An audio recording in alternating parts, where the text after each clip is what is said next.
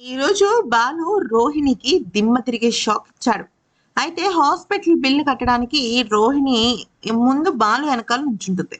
ఆ తర్వాత ముందుకు వెళ్ళిపోయి తనే ఫస్ట్ వచ్చింది అన్నట్టుగా కట్టేస్తుంటే బాలు కోపం వస్తుంది. ఎందుకనంటే అక్కడ నుంచున్న వాళ్ళు ఏమి వెర్రి వాళ్ళు కాదు కదా.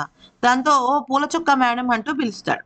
దానికి రోహిణి ఏంటి అని ప్రశ్నిస్తే మీరెందుకని ముందు వెళ్ళిపోతున్నారు అంటూ మళ్ళీ తిరిగి ప్రశ్నిస్తాడు. ఇదంతా కూడా ప్రభావతి చూస్తుంటుంది. ఎందుకంటే మనోజ్ కోసమే కదా రోహిణి అలాగే ప్రభావతి అక్కడే ఉంటారు కదా. మనోజ్కి హాస్పిటల్ ట్రీట్మెంట్ ఇప్పించింది రోహిణియే.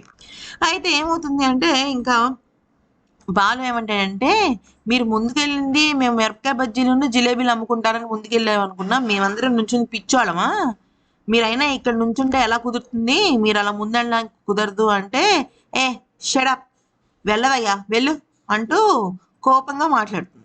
మాట్లాడితే నేనేం నీ మొహం చూడడానికి ఇక్కడికి లేను, నీ మొహం చూస్తూ కూర్చోడానికి కూడా నేను ఇక్కడికి రాలేదు అంటూ బాలు దిమ్మ తిరిగే కౌంటర్ ఇస్తాడు.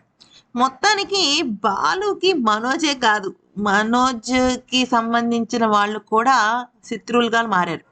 అయితే రోహిణికి ఫ్రాంక్లీ మనోజ్ అసలు నిజ స్వరూపం తెలిస్తే తను బాలు ఫ్యాన్ అయిపోతుంది. కానీ స్వతహాగా రోహిణి కొంచెం మంచి అమ్మాయిని, కానీ మనోజ్ని గుడ్డిగా నమ్మటం వల్లే ఈ రకంగా జరుగుతుంది.